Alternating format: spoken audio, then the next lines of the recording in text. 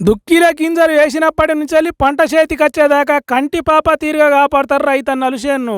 సంటి బిడ్డకు కన్నతల్లి పాలిచ్చి సాదినట్టు ఎరువులేసి ఏపుగా పెంచుతారు.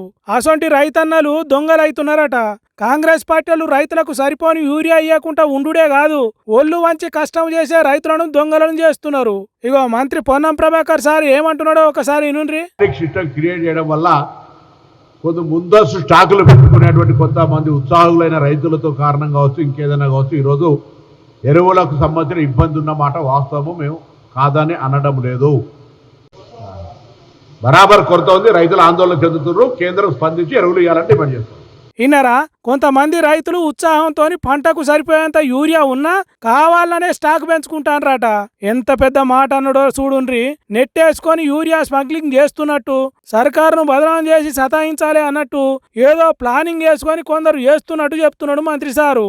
పంట పండించాలి అని తనలాడే రైతుల మీద ఎసొంటి బదనం వేస్తున్నాడో చూడుండ్రి. ఓసారి కాంగ్రెస్ పార్టీ ఎమ్మెల్యే కోరం కనకయ్య రైతులు యూరియాను బ్లాకులు అమ్ముకుంటారని అన్నదాతలను దొంగలం చేసిండు. ఇప్పుడు మంత్రి పొన్నం ప్రభాకర్ సారేమో ఉత్సాహంతో స్టాక్ పెంచుకుంటారని అమాయక రైతులను మోసకర్లం చేస్తున్నట్టు మాట్లాడిండు. అందుకే తెలంగాణ రైతులు కోపం చేస్తున్నారు కాంగ్రెస్ పార్టీల మీద. సారు మీకు శాతనైతే మాకు సరిపోను యూరియా ఇయ్యండ్రి, లేకుంటే ఊకోన్రి. కానీ మీ రాజకీయాల కోసం మమ్మల్ని దొంగలను, దోపిడీదారులను, స్మగ్లర్లను చేయకుండ్రి సారు అని చేతులెత్తి మొక్కుతున్నారు.